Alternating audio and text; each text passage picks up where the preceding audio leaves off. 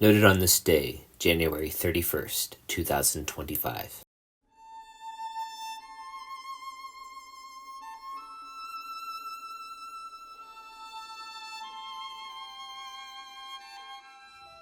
Greetings everyone and welcome back to another episode of Noted on This Day.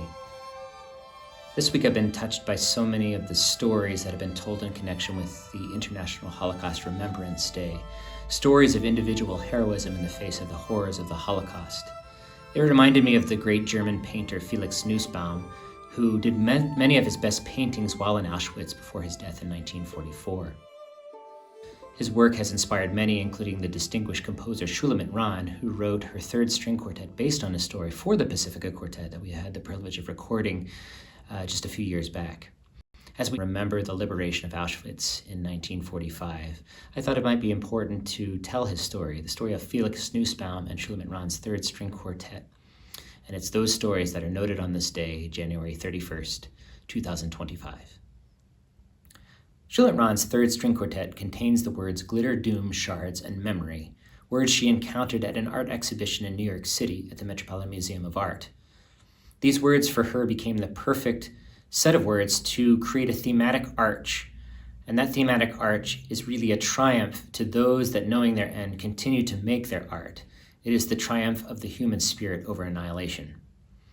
The string quartet is composed in 4 movements, the first movement being That Which Happened, are from the words of the German poet Paul Celan, who saw these words as a metaphor for the Holocaust, a metaphor that describes it as an ordinary day that is inhumanely and shockingly shattered.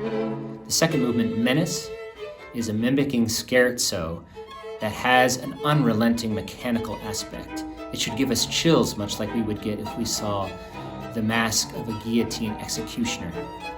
It's supposed to be a force that is unstoppable. The third movement, If I Should Perish, Please Don't Let My Paintings Die, were from Felix Nussbaum himself. This movement for Shulamit was a tribute to those, again, that are facing the horrors and continuing to do their art as an act of defiance and of salvation, all at the same time.